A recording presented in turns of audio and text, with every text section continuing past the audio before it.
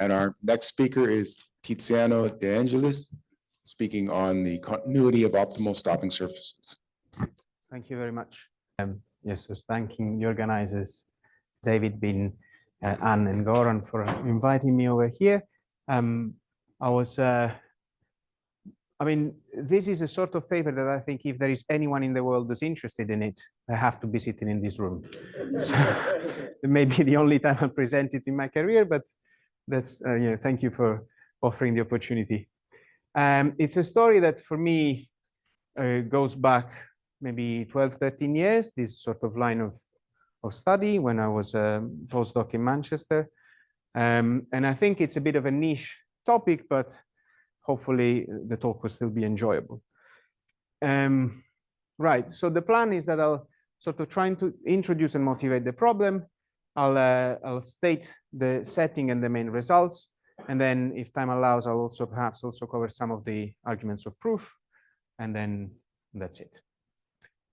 So what's the problem that I'm going to look at is a problem that we studied in a Simon General Control paper with, I forgot to mention, Cheng Kai, who was PhD student at Leeds at the time, now is making money at Credit Suisse, and Jan Palczewski, who was also supervising Cheng during my time at Leeds.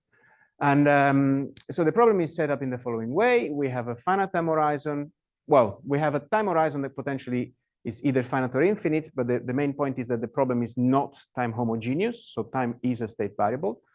We have a two-dimensional subset of R2, and then we have a discount rate R, state dependent, and a payoff function G, also state dependent and time dependent. And then we consider a two-dimensional, let's say, jump diffusion process, X and Y, and we study an optimal stopping problem in this form. So we want to maximize overall stopping times, the discounted reward, which depends on the paths of X and Y. So we suppose that we know something about the structure of the solution. Suppose we know that the continuation set can be represented at least locally in terms of some boundary function X star, which we take to be a function of time and Y. So you would continue when X is above this X star of T and Y, and you would stop when X is below X star of T and Y, at least locally. And the question we wanted to address is, under which conditions can we prove that this map Ty maps into X star Ty is continuous on this kind of set, okay? Now, this doesn't come out of the blue entirely, in the sense that this question arose while Cheng was working on a part of his PhD thesis that was eventually published in Mathematical Finance, where he was studying the American put option with finite maturity and stochastic interest rate. So the model that we were looking at with Cheng and Yan was a sort of standard Black and Scholes model, where the short rate had the stochastic dynamics described by a stochastic differential equation where the coefficients alpha and beta can be chosen from a sufficiently large class of coefficients, which allows us to accommodate, for example, the Cox-Ingersoll and Ross model, Basishek model, and other sort of popular models for short rates in math finance. Here we were considering two Brownian motions, and these two Brownian motions are correlated. And the assumption in the paper was that they couldn't be degenerate, right? So the correlation couldn't be -1 or 1.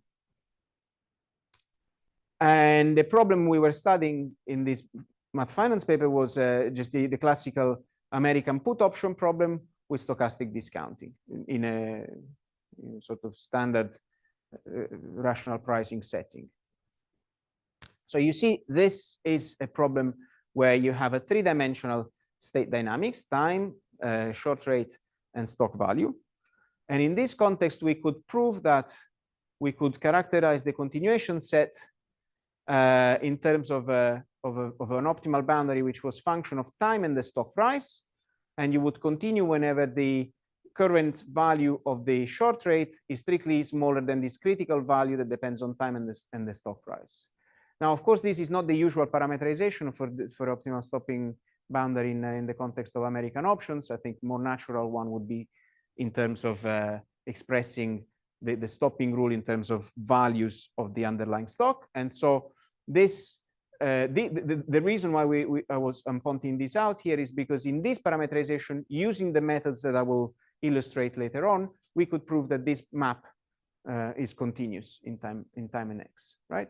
But then it's also monotonic, so you can take the inverse, you can invert with respect to x, and this will yield a boundary that depends on time and the short rate. And so I would say that this is sort of the more usual parameterization of the optimal stopping rule in the American put context, where you say, well, you don't exercise your option for as long as the stock price is above some critical value, which in this case depends on time and the short rate.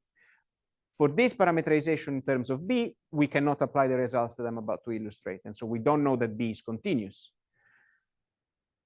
But of course, then you can plot B, and you see that this is far more than continuous, right? So there's no doubt that all of these things are smooth. So in some sense, it's just that mathematically we don't know how to do it. So this is a numerical plot. We solved these sort of integral equations of Volterra type using Picard iterations. This is something I learned from Yerkin, and this is a picture when you consider a CIR dynamics for the spot rate. You see here you have the mean reverting drift and the square root diffusion coefficient, and then there are some parameter choice which is kind of sensible. So we have like 40% volatility, 30% strength of the reversion of the mean reversion, and then this is the mean reversion point is 5%, because this is like, I mean, you wouldn't expect risk-free rates to be far from 5%, perhaps, or you could put 2% if you prefer. Anyways, this is just to say that in some sense the mathematics is that we develop is not even, I mean, we're trying to prove something that we know without a doubt is true, and yet this is causing some technical difficulties. Okay, so why care about these sort of things? Well, we're not the only ones who work on optimal stopping in high dimensional settings. So there are, I mean, this is a very short review of papers that I know deal with this type of problems. So in Math Finance, there is this old paper by De Temple and Tian in Management Science. More recently, Lambertone and Terenzi. So in this paper, they look in American options with completely general dynamics for the interest rate and the volatility of the underlying stock. In this paper, Lambertone and Terenzi, they're looking at American option problem with stochastic volatility. In mathematical economics, with Salvatore Federico and Giorgio Ferrari, quite a few years ago, we were looking at irreversible investment models with stochastic prices and stochastic demand. And then there is this paper by Yerkin and Jérôme de Temple. I think this is on energy-related questions, if I remember correctly. And then there is Ekstrom and Wang in the context of these sequential testing problems that you was illustrating yesterday. Philip Goran and Chuan Zhu on this is quickest detection problem, if I'm correct, if I remember correctly. And then there is also Søren, Ernesto, Pavo, and what's the first name of Croce? I don't remember.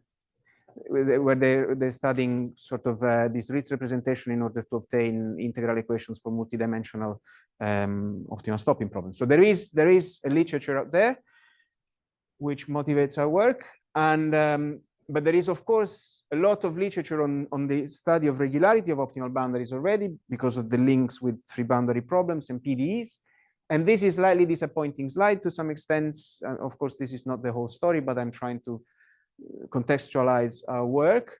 So if you have optimal stopping boundaries that are a function of time only, then PDE methods up to non-trivial technical details, they yield up to C infinity regularity away from maturity. And these results you can find in the book by Cannon, the book by Friedman. There's this paper by Chen and Chadam on the American option problem. Baraktar and Jing consider similar problem in the context of jump diffusion models. Ekstrom proves convexity of the American put boundary. And then this all goes back also to Van Merpke, who was studying these problems in the 70s with the integral equations. And so there is a very vast literature. And now from probabilistic methods, well, I think the most advanced result is a C1 regularity of the optimal boundary, which is something that I obtained recently with Damien Lamberton. And so there is if you look at the difference between the exponents in these letters, there is a plus infinity is the difference, right? So PD people are far ahead in this business. Now, if you have a space regularity in the sense that you consider two-dimensional diffusive dynamics and infinite horizon, then PD methods in principle could bring you up to C infinity with results by Caffarelli and Salsa. I mean, this is a book that contains results in this business. There is also, I think, an old paper by Sonner and Shreve in the context of singular control, which is much related. And then with probabilistic methods, there is this general paper by Goran where he somehow establishes sufficient conditions for the continuity of this map, right? So again, from C infinity, when you go to probabilistic methods, you drop to continuity. And I've also done something with Salvatore and Giorgio in this paper on irreversible investment with methods that are, I mean, this is a different, it's a specific problem, and we use tailor-made methods here, whereas Goran has kind of the general setting. And then if you go to higher dimension, then in principle, PD methods can produce again C infinity regularity. There is a nice paper by Lawrence and Salsa, and this is pricing American options on multiple assets. And they have essentially these techniques are still kind of in the same spirit as the work and as the techniques you would find in this book by Caffarelli and Salsa. But when it comes to probabilistic methods, so as far as I know, there is these results that I obtained with Gabriele Stabile in 2019, where you can prove that the boundary is locally Lipschitz, but this result requires strong assumptions that are often not satisfied in the applications that you have in mind. And so it feels like there was some room, right, to get, maybe you don't want to be Lipschitz, you're happy to be continuous, but maybe in a slightly more general framework. And this is sort of the spirit of this work that I'm presenting, right? To kind of have something in between nothing and Lipschitz in the multidimensional case. Okay.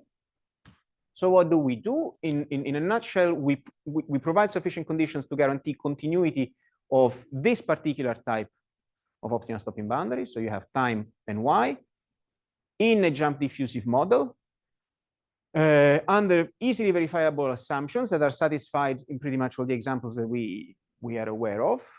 The proof is simple, relatively simple, but of course this doesn't answer the big open question, which kind of is screaming at us when you look at these comparisons between PD methods and probabilistic methods. And hopefully one day I'll be able to report on this. How do we actually match PD results with probabilistic tools? This is something that, well, is still out there. Someone may wonder, do we even care? I personally do, but in terms of, anyways. Okay, so what is the setting? Let me remind you, we're considering an optimal stopping problem on a two-dimensional potentially jump diffusion dynamics. We assume that locally we can represent the continuation set in terms of an optimal boundary x star of t and y. And then, of course, we assume that both locally the continuation and the stopping set are non-empty, otherwise we're proving nothing, and that the value function is continuous. And then I'll now add to this sort of basic assumption more technical ones that I'll try to persuade you are not completely unrealistic. The dynamics of the underlying process is described by an infinitesimal operator of this type, which we decompose in the sum of two terms. The first term is sort of the local part of the operator. This would be, the usual second order differential operator that you get from the diffusive part of the dynamics. So you have beta 1, beta 2 are the diffusion coefficients. Here there is a rho missing, clearly, right? The Brownian motions are correlated, but somehow I forgot to add the rho. So this is the correlation term. and then you have the transport of the drift part of the dynamics. And then for the non-local part, we have in mind jump diffusion processes, but you'll see that the way the problem is formulated doesn't really, this operator A can be whatever linear operator from a linear subspace of Borel functions into Borel functions, right? So if you have other dynamics in mind that would fit this framework, then that's good. Otherwise, it's just the usual non-local part of the jump diffusive models. And so to fix ideas, you can think of this operator just in terms of this guy, right? And then, of course, here there are assumptions on these gammas, on the measure nu. But for simplicity here, we say, okay, nu i's are all Radon measures and these gammas are all bounded. The point, I don't want to be sort of very specific about it, because the point is that the proof doesn't require this structure, it requires something else. Okay, what are the assumptions of the theorem? So we assume that the boundary is monotonic in both variables, right? So these would be properties that you have to prove by analyzing your particular problem at hand. You have your own optimal stopping problem, and you need to check properties, and you need to check that the boundary is monotonic in time and y. Doesn't have to be the same monotonicity, but they have to be monotonic.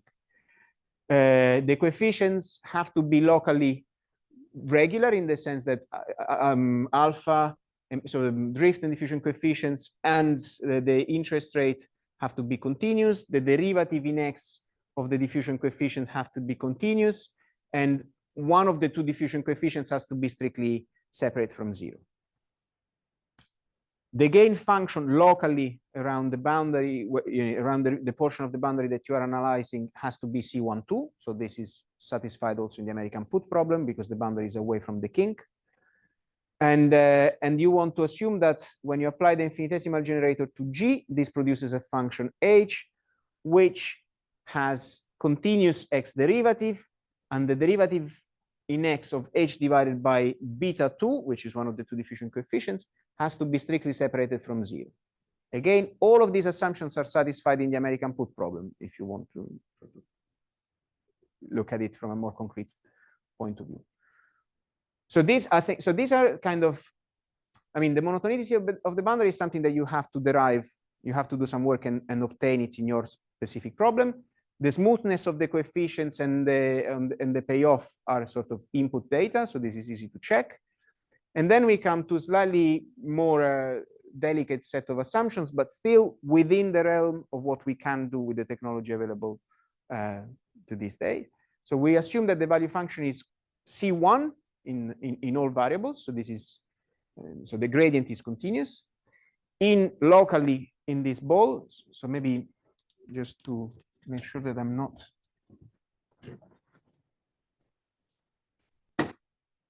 So what I'm saying is that you have some sort of surface, and what you do, you take like a rectangle, right, which intersects with the surface, and you're looking at what happens. So this is your U, or calligraphic U. Okay, so everything that I'm assuming is somewhere in a portion of the state space locally around the boundary, right? And so you assume that the value function is C1 everywhere. So you have more than smooth fit in this sense. You assume that we assume that the x derivative of V minus G is non-negative on U. And then the final assumption is almost not an assumption. This is saying that the Cauchy-Dirichlet problem associated to the value function of the optimal stopping problem is well posed. But if you don't have that, you're not even looking at free boundary problems anymore. So in some sense, this is not an assumption. Now, just a couple of words on this assumption. So these are certainly the most technical ones, right? But the continuity of the gradient of the value function in optimal stopping is something that Goran and I worked on, and we have one paper on it. So there are tools to try and verify whether or not this is the case in your problem. So it's not something that is unverifiable. We verify this very assumption in the American put problem that motivates these slides. So there is at least one example where things can be done. And the assumption that the x derivative of v minus g is non-negative in u is completely consistent with the fact that stopping is below the boundary and continuation is above, right? So you're simply saying that as you increase your x, you go from a region where v is equal to g to a region where v is potentially strictly bigger than g. So this is not typically, if you know that the boundary exists and is of the form that I described, then this is typically the condition that allows you to prove it. So in some sense, it's not also not an assumption in some sense.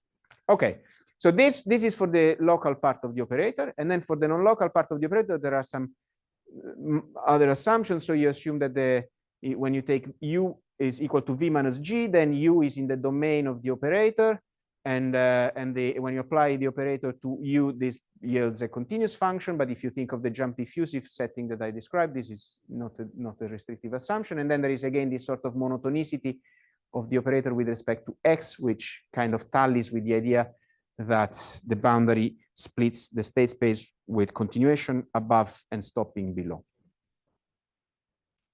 Okay, examples and sufficient conditions for all of this are in the paper if you're interested.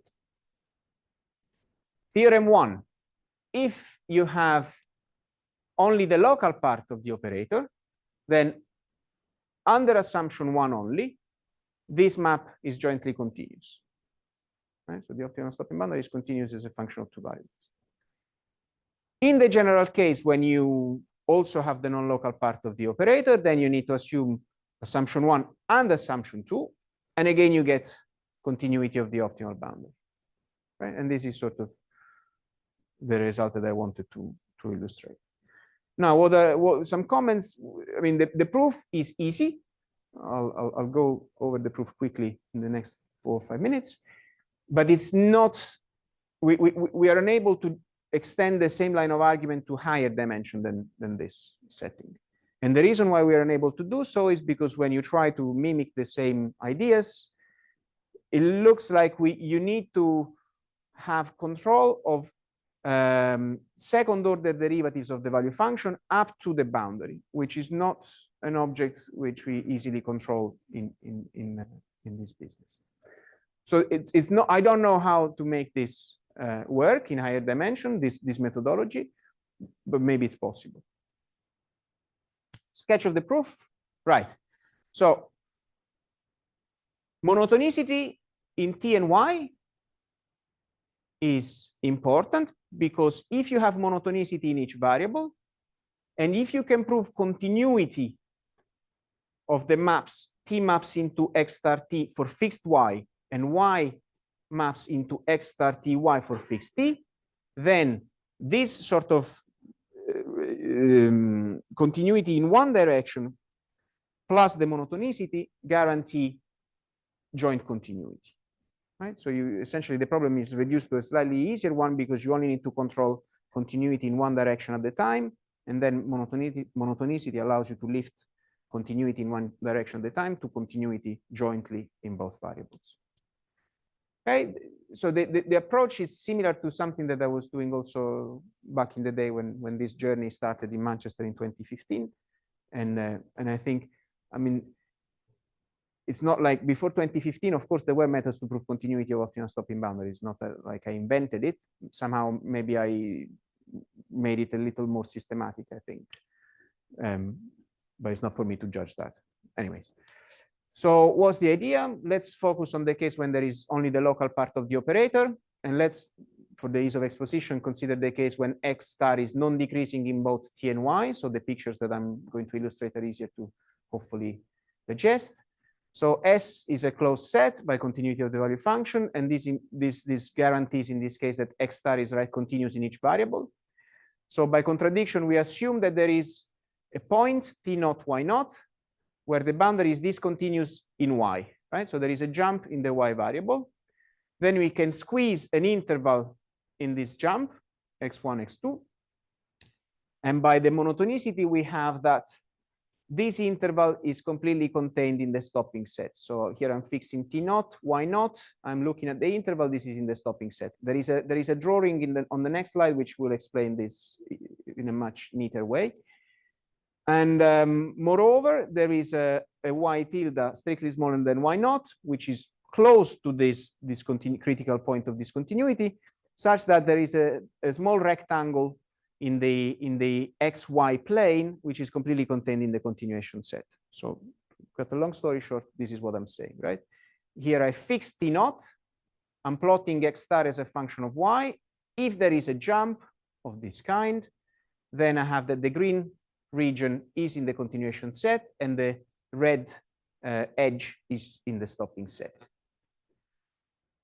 Then you take your PDE that comes from the free boundary problem. It is of this form. Here I'm going a little bit fast. I appreciate that. You express the second order Y derivative, right? So here you see, here I'm moving. This is the Y axis. This is the X axis. So I take the derivative, the second derivative in the Y direction, and I express it in terms of all the other terms in the PDE. I take a test function, I integrate against the test function, I put the derivatives on the, I move the derivatives from the value function onto the other, onto the test function, and I end up with the sum of two integrals. And now in these integrals, you see I have time derivative of the value function, X derivative of the value function, Y derivative of the value function. This is all continuous. U is continuous, and here I have instead second order X derivative of the value. No, here there must be, sorry, there is something here that doesn't add up.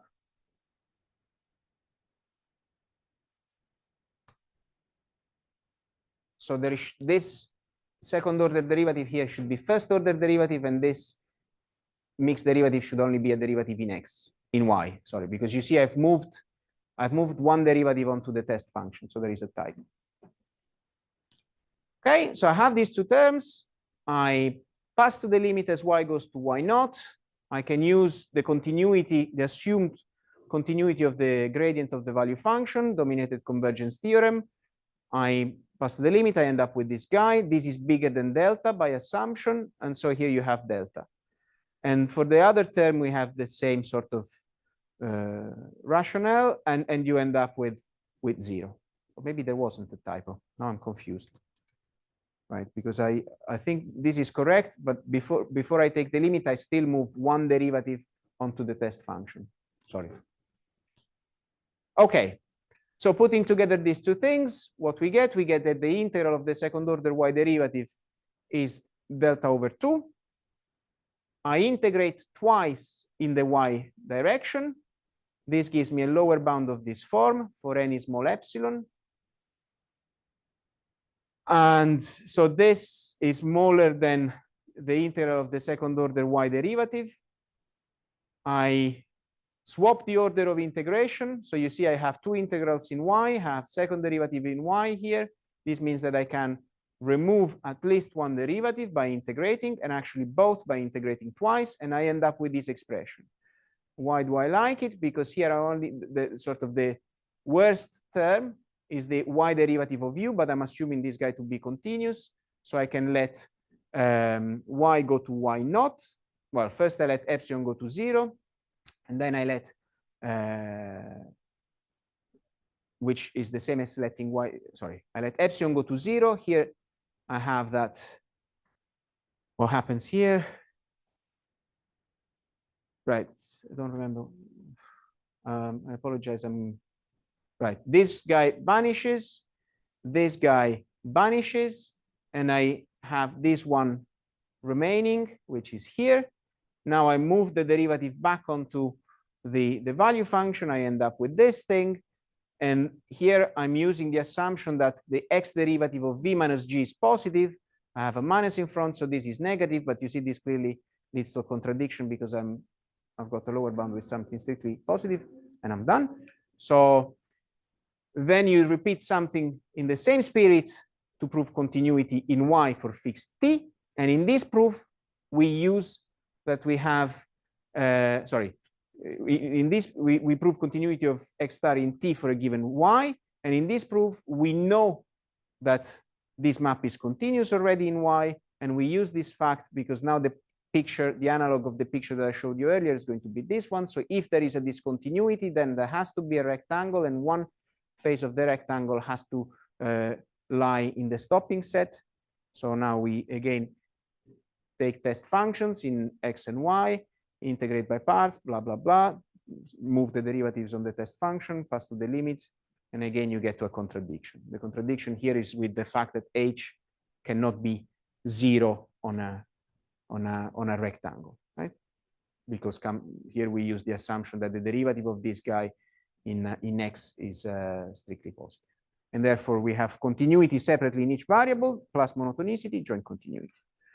And that's it. So just to recap, we have this optimal stop. I mean, this is a result tailored for optimal stopping in jump diffusion models.